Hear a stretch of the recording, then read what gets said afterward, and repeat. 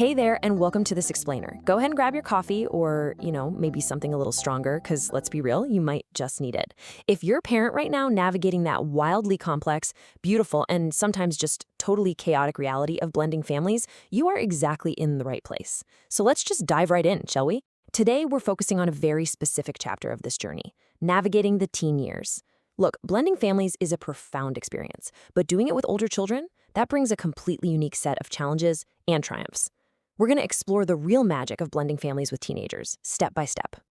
Think about the early days of blending a family with little kids. It's usually got this cute, albeit totally chaotic energy, right? As the parents, you kind of just set the tone, you establish the new normal, and the little ones generally just follow your lead. But then, enter the teenage transition. Suddenly, you're looking across your new blended kitchen table at eye rolls. You're hearing slamming bedroom doors. You were dealing with deep existential teenage angst. If you're staring down the barrel of this reality right now, I just want to validate exactly what you are feeling. Take a deep breath. You are not doing it wrong. You are simply dealing with a completely different developmental beast.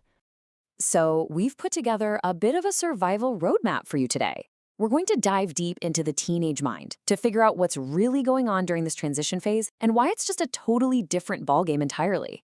Then we'll walk through 3 very specific, actionable strategies to actually bring some peace back into your home.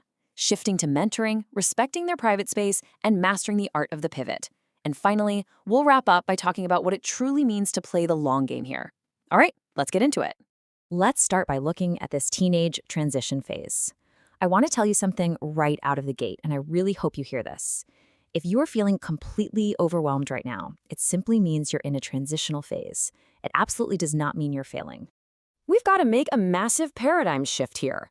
When older kids resist this new family structure, it's really because they're right in the middle of that incredibly delicate developmental stage of building their own independent identities. It's honestly not about you. It's not even about your new partner. To them, a new family structure feels like a huge interruption to their own internal identity-building process. They are frantically trying to figure out who they are in the world, and suddenly the ground beneath them, their very family structure, shifts completely. I mean, of course there's going to be resistance. When you finally recognize that, it literally changes everything for how you parent. And that brings us to why dealing with teenagers in this situation requires a fundamentally different playbook than young kids, who might just seamlessly accept the whole new normal routine. There's this fantastic insight from family therapist Dr. Lisa D'Amour that I want to emphasize here. She says, teenagers are not trying to be difficult. They are trying to be independent. Let that sink in for a second. When a new partner or step-siblings are introduced during this delicate stage, the teenager isn't just stressed about sharing a bathroom. They are entirely reevaluating their place in the world. They absolutely do not need a new parent swooping in to manage their lives. What they really need is a stable, respectful adult who's willing to just earn their trust at their own pace. So, if you're waking up feeling like you have to walk on eggshells in your own house, we've got 3 distinct strategies for you. Think of this as your step-by-step playbook to go from feeling like a bunch of awkward roommates who never talk to actually becoming a thriving, connected family. Strategy 1, shift from parenting to mentoring. Strategy 2, respect the private space. And strategy 3, practice the art of the pivot. Let's break these down one at a time. Diving into our first core strategy, we are totally redefining the step-parent's role in the household. It's all about earning trust rather than just demanding authority. In the real world, this means a total rethink of how you handle authority. Whatever you do, don't let the new partner step into a traditional disciplinarian role on day 1. Seriously, if the 16-year-old misses curfew, the biological parent has to do the heavy lifting there. Stepping in too early will instantly create deep, lasting resentment. Instead, the step-parent should act way more like a cool mentor or maybe a trusted aunt or uncle. By stepping back from the discipline side of things, it actually gives the step-parent the bandwidth to bond over video games or sports or just casually grabbing a coffee together. It lets a genuine connection form organically without all that pressure. Moving on to strategy number 2, respecting the private space. This is absolutely crucial because teenagers already naturally feel like they have zero control over their lives. And during a divorce or a remarriage, that feeling of powerlessness is heavily, heavily magnified. Think about the difference between these 2 approaches. First, you have these performative demands. Forcing that mandatory family time because everyone just wants things to instantly feel like a happy, blended family. But to a teenager, that feels incredibly fake. It feels performative, and it creates massive friction. Then consider the alternative, the sanctuary approach. This is when you allow their bedroom to be their true, fully respected safe space. Honestly, sometimes the absolute most magical moments in a blended family happen not when you try to force the bedroom door open, but when you simply leave the door cracked. Let them have their sanctuary and just invite them out on their own terms. Okay, our third strategy is all about resilience. We call it the art of the pivot.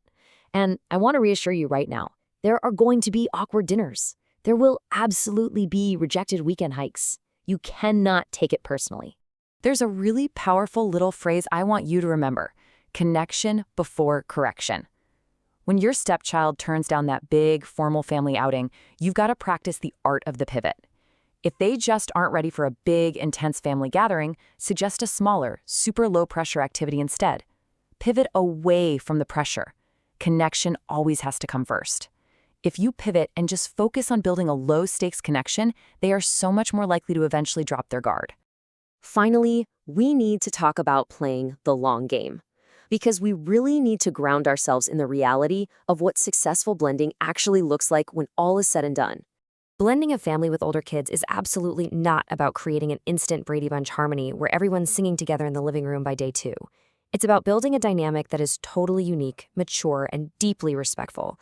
It means you're honoring their past while actively leaving room for a new future.